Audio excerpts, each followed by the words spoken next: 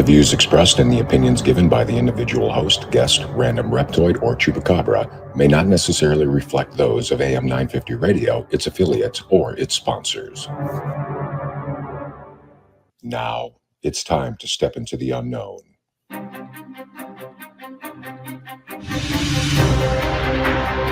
There are things people experience but never talk about.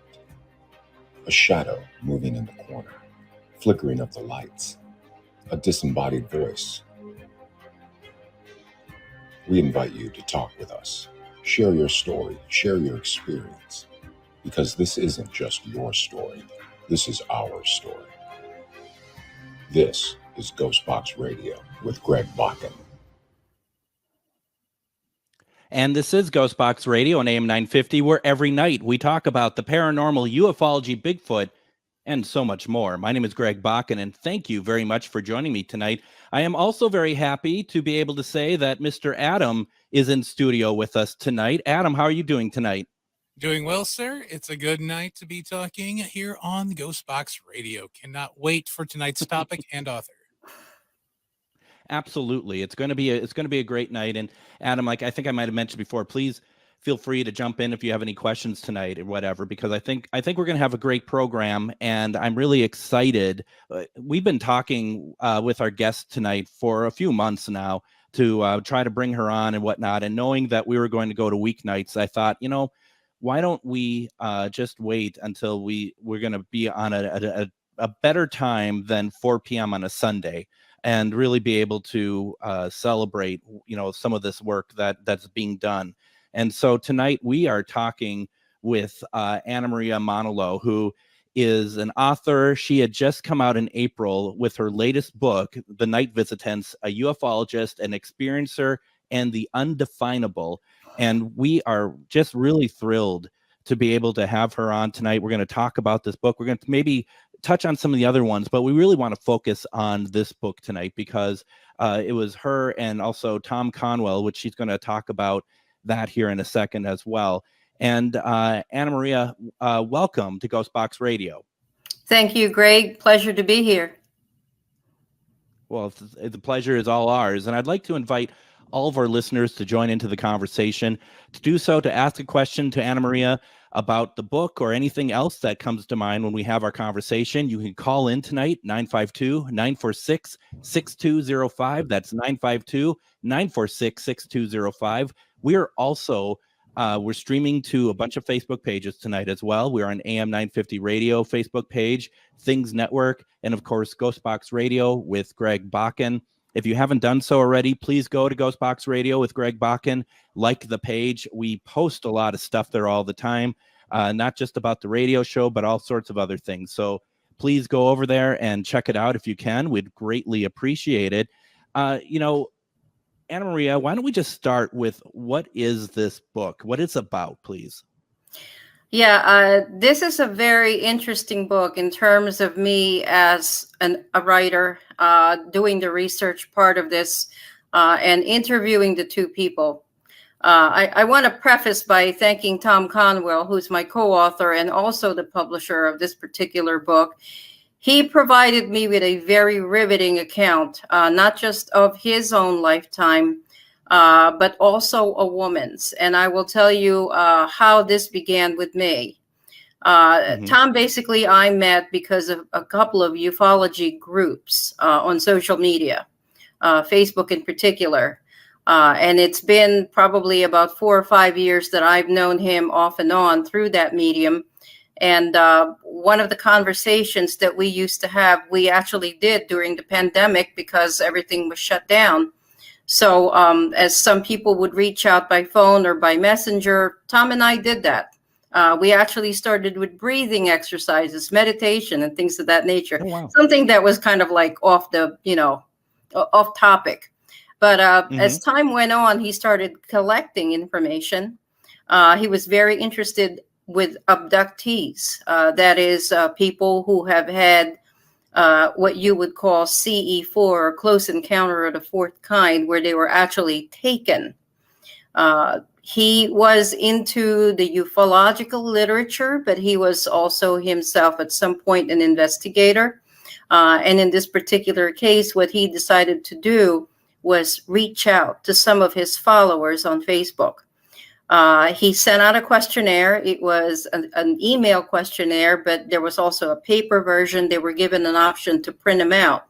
And in the process, he got 50 questionnaires. Mm-hmm. Out of the 50, he weeded through them and ended up with 5 that he thought were pretty genuine.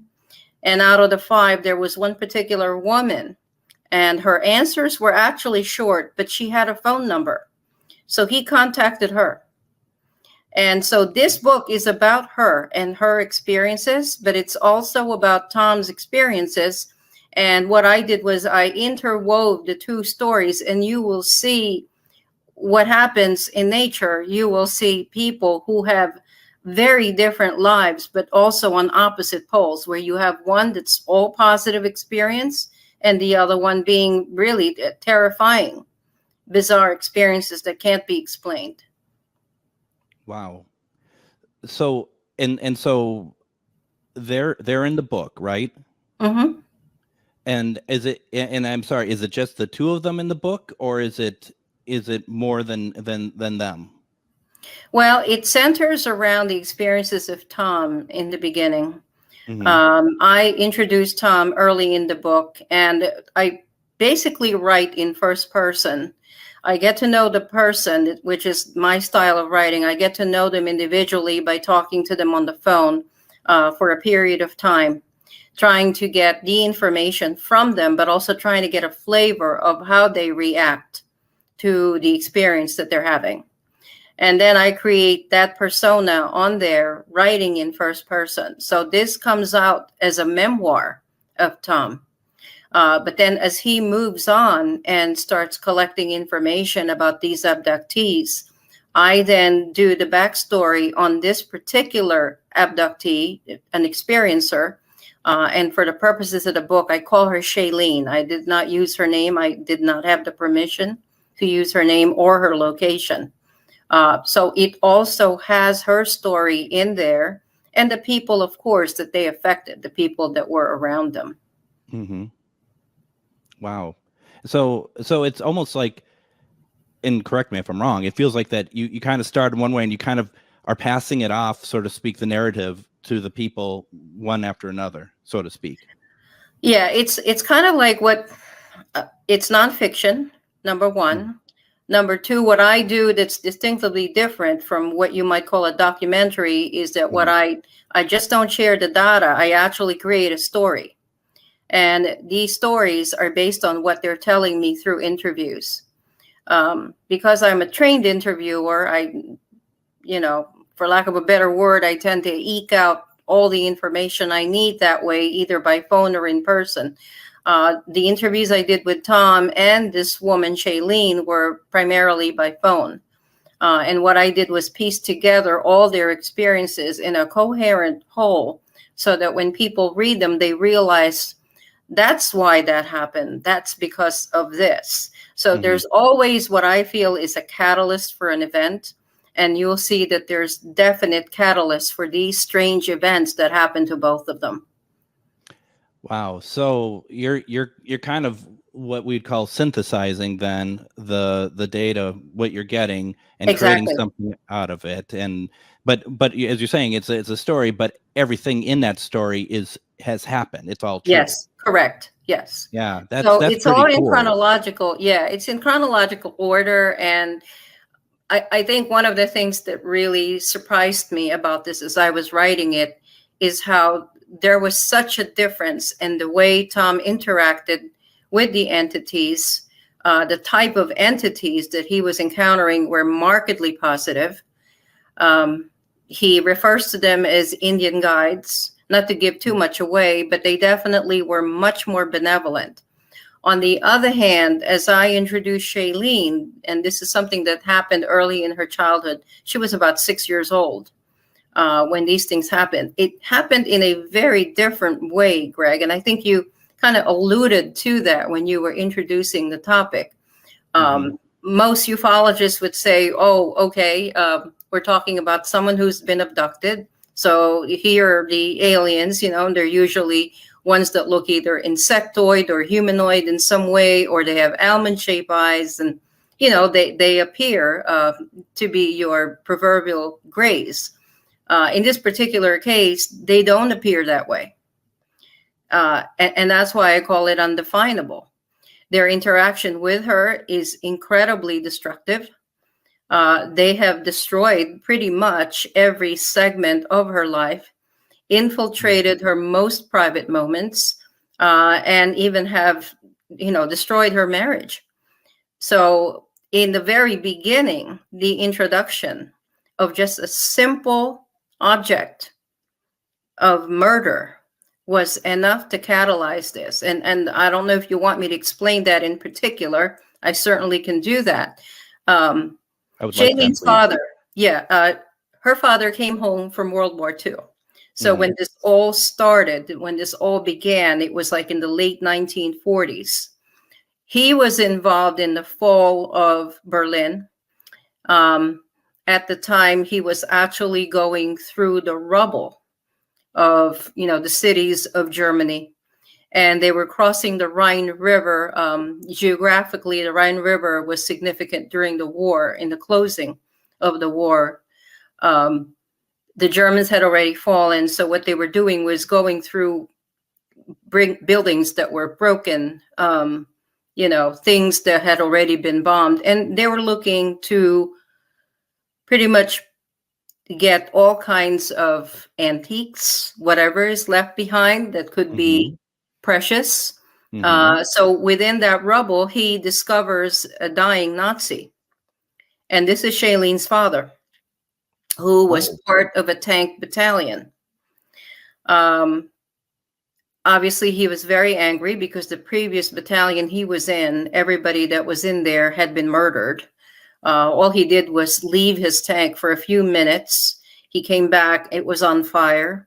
Actually, one of the gentlemen, I think it was the lieutenant, came out, he was on fire himself. So he was subsequently sent to another battalion. And in this particular new group, that's when they started driving through the streets of one of the major cities that had already fallen. He discovers a Nazi who was in the throes of death. He picks up a pistol, which is actually a Luger that was used by the Nazi, and shoots him in the head. Decides that he wants to bring home the Luger as a trophy.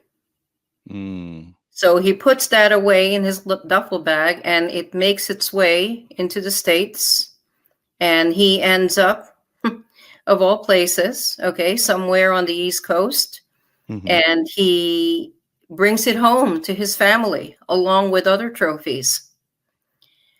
And a lot of people, I know these days people like to collect haunted objects, where they be, dolls or pictures or books or whatever they are. And it's a cautionary tale how this woman's life was destroyed by the simple act of someone. It seemed to be something that was an object that killed thousands of people. So that Luger was instrumental into what ended up completely affecting her life. Yeah, that was the first thing that Shaylene has thought of as being a catalyst. Yeah. And I have to say that when I looked through all the notes that I had, it certainly sounded logical to me. The next thing that happened was he kept the Luger away from the three children. Shaylene was one of three, and she was the oldest. He squirreled it away in, of all places, right above the child's bed in a crawl space to keep it away from them. But on the other hand, it's up there, and, it's a very violent object to have taken home. All the negative energy that it had in there with it was in there. And within just a few nights of the father putting it away, things started to happen in the child's bedroom, in the hallway. It magnified to the point where even in her teenage years, there were a lot of uncanny things that were happening to her. And some of them were very terrifying. At some point, she saw something that was on the side of the road. It started affecting her husband, started affecting her relationships. Wow. And I'm gonna do this a little bit earlier, Adam, if this is okay. I think what I'm gonna do, because I think we're a good stopping point, and there's some other questions I want to ask and get into a different track. Why don't we take our first break? When we come back, there's so many questions that just came from what Anna had said, and I really want to be able to kind of dig into that more. So let's take a break. We'll come back. We'll talk more with Anna about her book, The Night Visitants, a ufologist, an experiencer, and the undefinable. You're listening to GhostBox Radio on AM 950.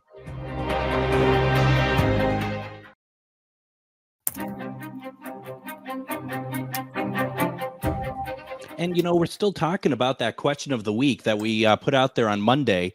Do you believe aliens are actively working with the United States government? As I've been saying every night this week, there isn't a right or wrong answer as far as I'm concerned. It's just your opinion, just like I have my own opinion. But I'm very curious to know what people think. And if you're able to just put a note into the comments, or you can send me an email, comment@ghostboxradio.com. Let me know what you think. I'd be very interested in knowing, because I've always wished that there was like some alien that's wearing like a colonel's uniform or something, like working in the government. I don't know.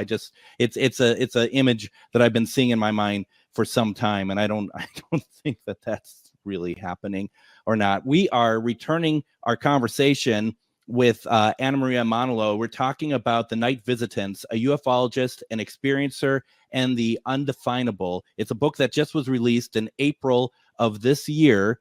And I see a couple people in our Facebook chat, and you can go to GhostBox Radio with Greg Bakun on Facebook to join the chat if you want to stream it. But I've noticed a couple people on there who have already told me that they've gotten your book, Anna, that they got your book. They're really excited about it. And I really think that this is something incredible. And where we left off in the last segment, Anna was talking about kind of the beginning for one of the people that was part of the survey, and takes it back to World War II and a Luger. So this Luger seems to be causing a lot of problems, and we're in paranormal territory, are we, or where are we here with that? Well, Greg, it's an interesting question that you post, because I posed that myself to Mr. Conwell at the time when I was writing this book. What he posited to me was that this was an abductee, an experiencer that had a very, very difficult and harrowing life, courtesy of the visitations that she would get. He got very involved with the case, more so than the others, because she started contacting him on a regular basis. So when we started talking about getting this book together, I, of course, had to contact her directly to get the information. And Greg, as I talked to her, and I think I must have talked to her at least 15 or 18 times, a series of interviews to get, the plot together, to get her narrative together, I had to pause. I had to sit back. I contacted Tom, and I said, Tom, I want to let you know that Shailene and I are in conversation. And something is resonating with me, being that I am an experiencer myself, more in the supernatural area. We had Mothman visitations when I was a small child.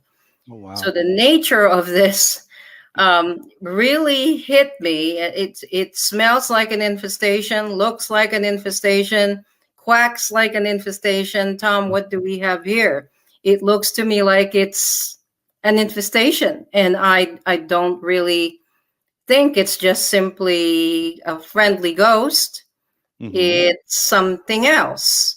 And as you know, Greg, when you're talking to someone who might have something attached to them, there's a very strong possibility that a lot of things, if you know what I mean, are listening.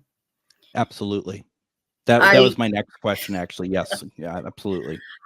I had that very palpable feeling that there were a lot of things in the room with us when I talked to her. Ooh, not good. I refrained from talking to her at night. I made sure when I talked to her, it was in the daytime, in the sunlight. Of course, I can't always take my laptop outside if it's raining. In one of the situations when I was writing, I have a notebook that I use to refer to as I'm typing away and writing these scenes. I had a very uneasy feeling. It's quite difficult to explain, and you probably can understand what it is, but I had to stop writing the book for over a week. If I may interject, Sure. It's almost intangible, but it's there, right? I mean, just that feeling, and that it's like weight. Yeah. It's just like weight is Yeah. how I would. Yeah. Things did not turn from what we would consider, what a paranormal team would consider as an infestation of a high degree until 2017, when Shailene started seeing things that were inside her cheek. It was crawling inside her cheek. Oh, for goodness sake. It looked like she had, to a ufologist, she looked like she had an implant. Okay. She also had something in her hand that was traveling. Through her body? At some point, yeah, through her body. And at some point that she had a child, a small child at the time. She remembered taking the child to the supermarket. First, she was going to go to the doctor, but she was so afraid because of the neighborhood she was in, and it was so conservative. She was very concerned how the doctor would react. She thought maybe she would be committed, something would happen so that the whole neighborhood would just simply shun her. So in the process of going to the doctor's office, she turns around, ends up in the supermarket, and then people are looking at her. First, they were looking at the infant on the supermarket cart, and then they were looking at her, and she went to the bathroom, and there was something coming out of her eye. And it wasn't a sty. It was some type of an object that she could not define. So we have here a very interesting mix that began for me as an infestation. I had a consultant, and I commend her. Her name is Michelle Budke. She's a medium that works out of Kansas. I also consulted an exorcist, Kenneth Torres, who's with the Warren Legacy Foundation, because I was very puzzled. Yes. Yeah. I was just floored. I was very puzzled with what I was actually dealing with, because we have the trappings of both. We have both something that's an advanced infestation, but we also have what appears to be where she's being marked. So I just want to interject. We're talking with Anna Maria Manalo. Her newest book, The Night Visitants, a ufologist, an experiencer, and Undefinable. We're talking about this incredible situation. You had to have been like, where did this come from? I mean, this is not what you signed up for, I would think, in a sense, right? That this is like this is not what you expected to hear, I would assume. It was not. I was not surprised by it, because I used to be a MUFON investigator in my salad days.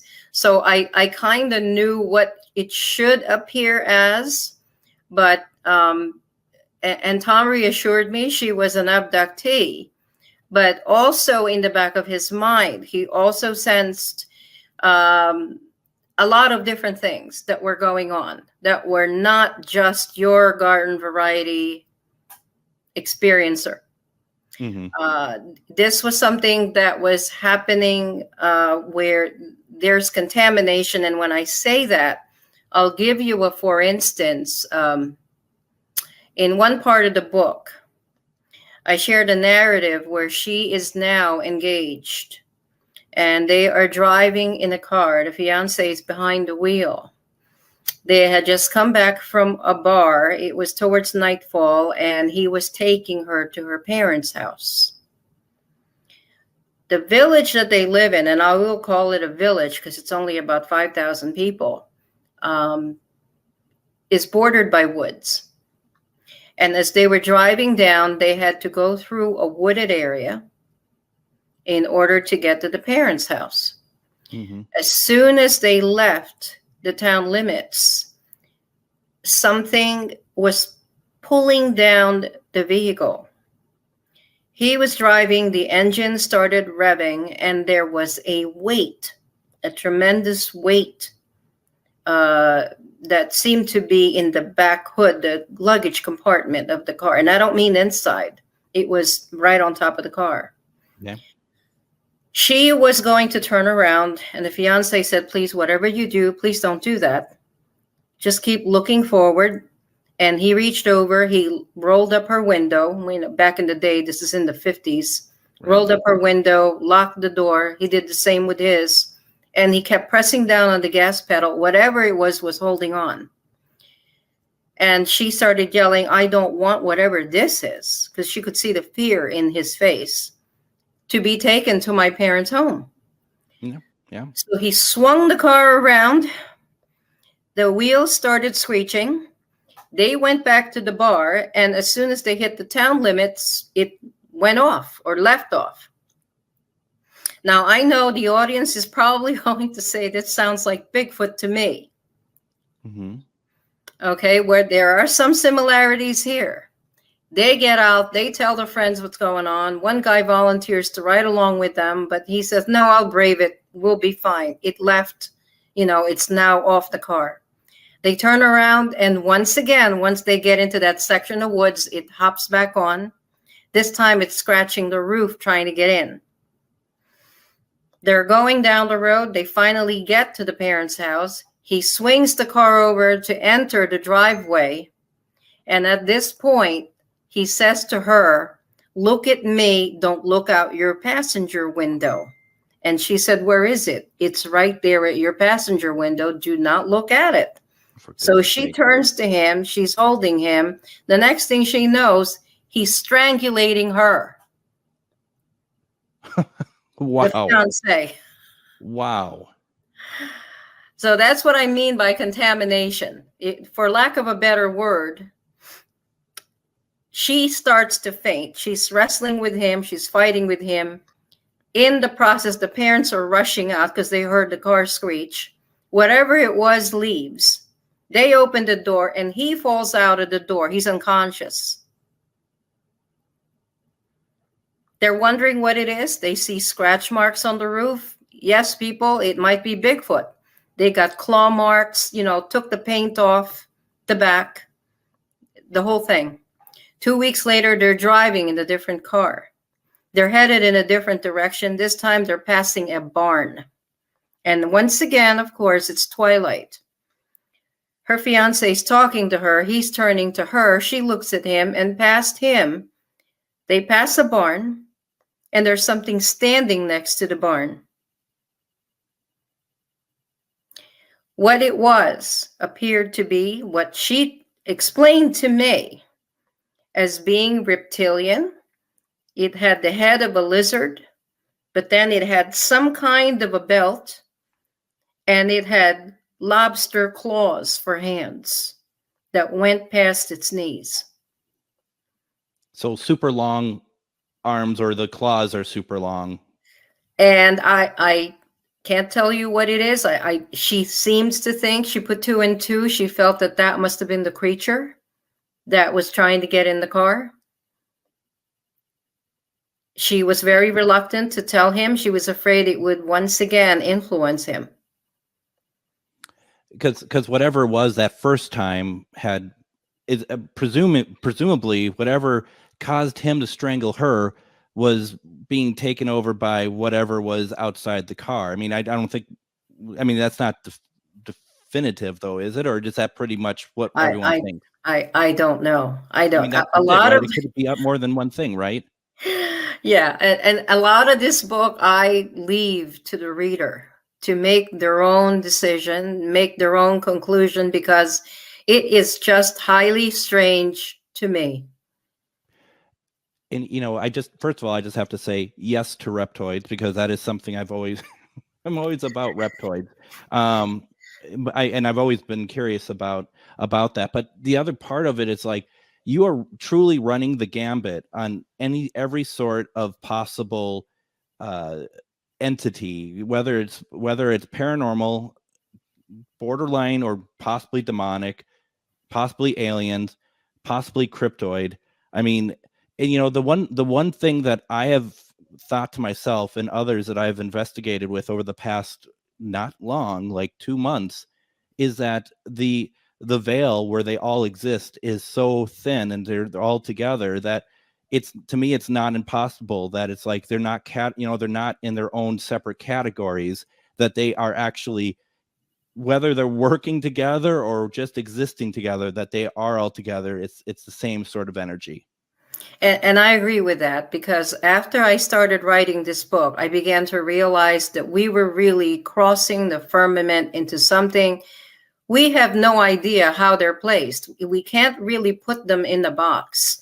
So, when I see camps of people, the people who are ghostbusters or ghost investigators versus the people who are ufologists, I always say to myself, somewhere along the line, it's not going to be cut out that neatly. And this book, certainly to me, with these two people, it is not cut out neatly at all. Even in Tom's case, it was not that neat. It was not disparate from any other phenomena. They were all meshed together.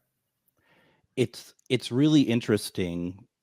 And I'm maybe putting 2 and 2 together to equal 5. But, the idea of, say, it's all started, like you said, with this Luger, which was an instrument of hate. Who knows what it had on it, and just let alone, just all sorts of ideas of what the Nazis did, and their beliefs of the occult and everything else that goes along with it. And then can this one Luger be a magnet for all sorts of creatures and all sorts of entities to come in and kind of hone in on one person, or hone in on the people who have that energy around them? Then I think that Shailene was a very sensitive and vulnerable person. For something like this that had very strong negative energy to be introduced into the emotional and spiritual field of a child, I think it was enough to influence her. And I always think of entities as, if you have one, you probably will have more, because they're like leeches. And they feed off the energy of people. They expose their vulnerabilities and toy with them. And this, I believe, is one of those cases. And with the introduction of a negative entity, you then have the possibility of people who are not really, I don't see them as being a religious family, number one. Yeah. They probably had no idea where the family conflict was coming from, why they were feeling isolated. She felt very isolated from her parents. She felt very protective of her brother and sister. How much the sister knew, to this day, I don't know. But I know the brother is very aware of what happened to them, because he was old enough when it started happening. Wow. I mean, you have common ghosts. Yeah, go ahead. Anna, let's just do this. Let's take another break. When we come back, we're going to continue our conversation. A couple questions in the chat that we're going to get to in comments, and we're just going to continue talking about this book. I'll tell you, when we started to where we are at now is very different than what I expected, and I think that's what makes this so interesting. When we come back, we're going to talk more with Anna Maria Manalo and talk about the Night Visitants. You're listening to GhostBox Radio on AM 950.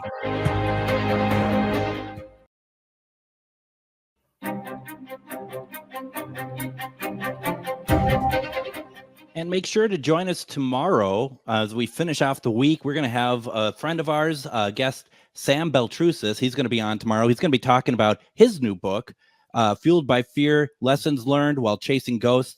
Sam is always great to have on. We've had him on before. We talked about a lot of things in that episode, and I think that we're going to be doing that again tomorrow night. So please make sure that you are joining us tomorrow to talk about that. But we are continuing our conversation in our last segment here, talking about the Night Visitants, a ufologist, An Experiencer, and The Undefinable.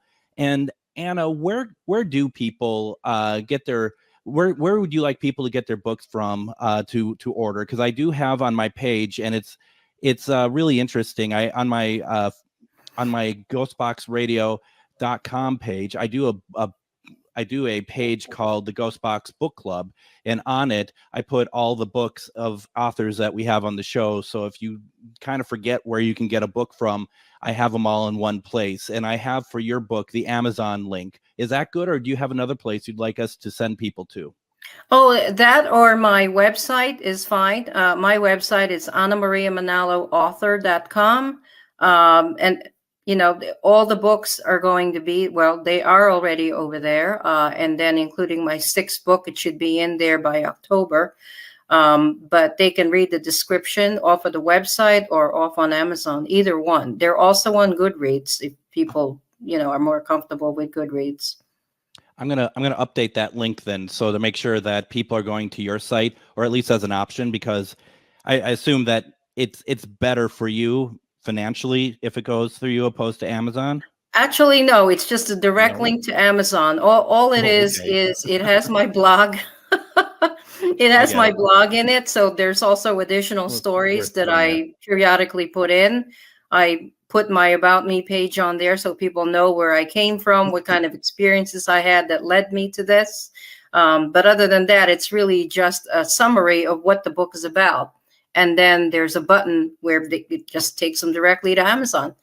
Take them there. Yeah. Absolutely. Yeah. So folks, this, I think it's worth your time. This is such an interesting story.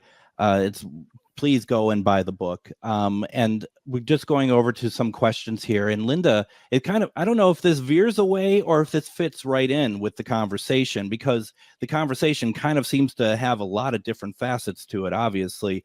And Linda just asked the question, have you entertained the idea that all these creatures have souls? And we, honestly, I don't think a lot of us really talk about that aspect too terribly much about, in my mind, when we especially talking about aliens or even like, say, a reptoid of some kind of reptile person, to be honest, the first thing in my mind is not whether or not they have a soul, but that is a very interesting conversation, I think.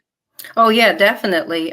When you look at anything that interacts with you, anything that has any kind of consciousness, the first thing I think of is that, yes, they have spirit, they have souls. Obviously, in this case, the ones that are interacting with Tom are positive souls. He calls them guardians. He calls them American Indian. They're wise. They share with him how they feel. They interact with him in such a way that he doesn't feel threatened. Of course, coming in the middle of the night or during a meditation could be very disarming. But overall, these are spirits from the past. In the case of Shailene, whatever these entities are, they are negative in origin, just because you could tell from what they're doing to her and her family. So yeah, anything I believe that has consciousness does have a soul. And, one thing that kind of came to my mind when you were talking about your original conversation or your constant conversation with Shailene is the fact that you being a very professional interviewer, that you've done so much for it, you could tell someone is not telling the truth very easily, I would assume. Yeah. Well, it's easier to discern in person than it is over the phone, but with repeat questions, when I probe, when I get clarification, I try to see if there's consistency and how quickly they reply. With Shailene, I sensed a lot of sincerity. What I got there in the first few interviews I had with her, I sensed was someone who was just basically like dying to share all this information that she had been keeping in. It was almost a very cathartic experience for her. And she told me that at the close of the book, when she finally read the book, when I sent it to her, that she felt a cleansing, that somehow now she can share with people what she actually went through. She had difficulty explaining what was going on with her to her children. And she has grandchildren now who, are still unaware of what is going on, except for some things they witnessed. But the children overall now didn't have to be talked to. All she did was hand them the book, and they read it, and then they talked about it. So in that sense, I feel like I've served a purpose in helping her to put closure on the events that have transpired since she was 6 years old. It's interesting how you say that, and what comes to mind is another comment that Linda put out there. It sounds, and I think this is good for like the greater readership as well. It's, when we're talking about the energies and all these different what we would normally categorize separately, but now we're kind of like, well, how do we define this? Are there boundaries, or are there not boundaries? Linda says it sounds like that, Anna, your book is a good start or support for conversation, like being able to kind of kind of how you're saying it too. It's like, this is what it is. You're not drawing conclusions. It's not a thesis paper. You're not coming up and saying, and because of what we heard, that must mean this, this, and this. You're allowing us, the readers, to absorb it and then do what we want to with it. Yeah, and one of the things I did with this book is a lot of people ask me, usually when you write nonfiction, you put a conclusion. And I am so against that, because I think that if I make a conclusion, it's through the lens of my own personal experience. And people have differing opinions on this particular book. Some, if they've been in ufology, have a totally different interpretation. As a matter of fact, in the past, in the beginning, after the release of the book, Tom and I would come together on a show, and this is too late for Tom. That's the reason why he's not here.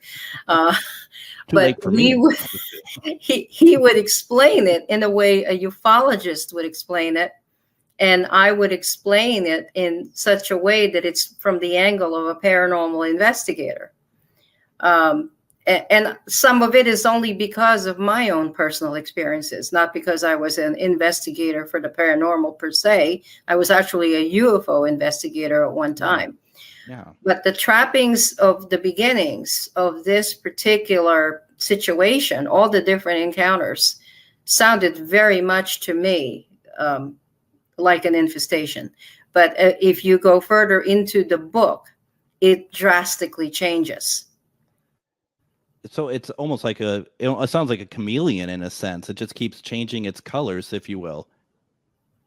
And as it becomes worse, as it magnifies and becomes even deeper, that's what happens.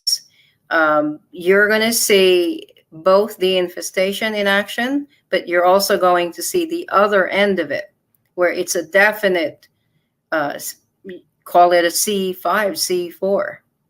Wow. Because sometimes she's not in the room. I mean, how do people not want to read this book? I mean, honestly, this is just so fascinating because you immediately it's like, what happens with her? What happens to her? And, without giving away anything, because I don't want to have you give away anything, but it sounds like that things are still ongoing. Yes. So into the very final interview, one of the things Shailene told me was that it was still going on.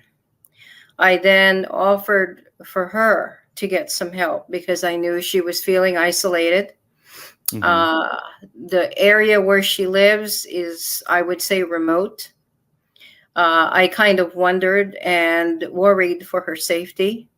So I offered to reach out to people that I knew to connect with her, refer her to people who actually will be able to investigate and provide a solution. She at the time refused. She didn't want to be identified because, I also mentioned that maybe podcasts would want to be talking to her as well. So mm-hmm. that is not on the plate at this time. She also refused any kind of intervention because she was concerned about how the neighborhood was going to react. It's a very small insular community, let's put it that way. Sure. And then I closed it by contacting Tom. And what Tom told me was that things worsened when she started sending pictures to him, evidence. He was personally affected by the photographs. He was very worried, very concerned. His life practically stopped because of it. He started having health concerns.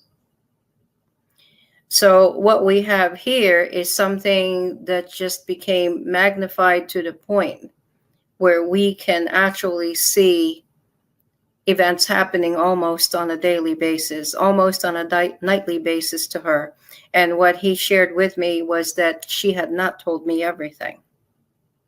Oh, wow.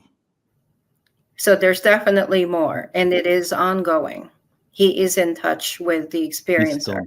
Touch with her. It's interesting because and maybe I'm once again being conspiratorial here, but the idea of not wanting the help, refusing the help, I understand the podcast part of it. I understand the reasoning for the help, but at the same time, that feels like a tactic of withdrawal. That when you're talking about the infestation, the oppression, that those are tactics that get somebody out of the public, out of like from working with other people or interacting with other people. And it fills me with fear for her, because it feels like that it's almost working overdrive on her right now. You're pretty on the spot with that one, Greg, because that was the feeling that I had. I had one particular event which I will never forget as I was writing this book. I'm a Roman Catholic by birth. And to this day, I now practice it because of this book. There was an incident where I was sleeping. And the interesting part about it is I was the only one affected. My husband was right next to me. It was the dead of night. I was coming up at a chapter where there was a severe event that was happening to her. And part of the event had to do with chains, a creature that was in chains. And Tom Conwell encountered something in his bedroom that was dragging chains in the middle of the night. I ended up having the same, if you want to call it a nightmare. I don't know what it was. It was very real to me, but I couldn't move. I couldn't open my eyes, and our bedroom is fully carpeted, so you would not hear any type of person dragging chains from the corner of the room towards me. That was not possible. But it was very distinct. I mean, folks, check out this book. I mean, I don't even know what to ask the right question here, because you're being affected. We have about a minute left. I mean, this is one of the only interviews I've done talking about a book and stuff where I'm feeling very frightened by what I'm hearing. I don't feel like anything for me or anything, but just the incidents and stuff. This is not normal, and this is not what I expected this book to be about. It wasn't the book I expected to write about. Absolutely incredible. I mean, wow. And so, I mean, where do you think that there's going to be a follow-up to this then at some point? Do you foresee that, or do you think that this is just kind of like, well, the majority of us will maybe never know any more than what's in the book? I think at this point it's up to Tom whether he wants to continue with what is happening to him. I'm certainly happy to write another part to the book, to follow through on what has happened since I last put the pen down. That's a possibility. So once again, folks, the book is called Night Visitants, a Ufologist, an Experiencer, and the Undefinable. Anna, thank you so very much for joining us tonight. This is incredible. Thank you so much for having me. Oh, you're very welcome. We'll have you back on again. We'll be back on tomorrow. We're going to have Sam Balchusis. We're going to talk about Fueled by Fear. everyone, buy Anna's book. Thank you very much, and we'll see you tomorrow. Have a good night.